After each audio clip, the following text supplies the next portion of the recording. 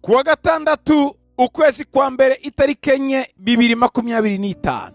Uyu ni umunsi wa kane w'umwaka. Muri kumwe na Apostle Dr. Paul Gitwaza. Isezerano ry'umunsi. Ishyari bagufitiye, imigambi bibagucurira ntizashoboka, humura. Yesaya ni ibice 7 ku murongo wa 7. Ariko Uwiteka Imana iravuze ngo imigambi yabo ntizahama kandi ntizasohora.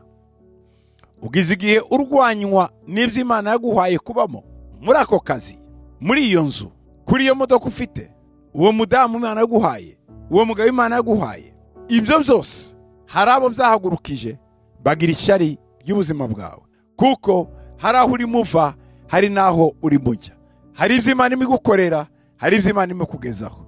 Rero abanyeshyari barahagurutse, ntibahagurutse gusa n'ishyari, ariko bacuze n'imigambi kugira ngo mwese muzabibure, kugira ngo bazakuvutse uburenganzira bwo kwakira ibyo Imana yaguteguriye, kugira ngo bazarwanye ibyiza Imana ikugomororeye mu nzira zawe. Icyakora hari ibyo wabonye, hari ibyo utarabona, hari ibyo uzi, hari ibyo utazi. Icyakora Imana yawe irakubwiye ngo wowe humura, humura, iyo migambi, ayo mashyari ntibizacamo. Mana, ndagushima ko mu bihe nk'ibi umwana wawe umurinze amashari y'abanyamahanga, umurinze amashari y'abagizi ba nabi, umurinze amashari y'abamwanga, mu izina ryawe Yesu, amen.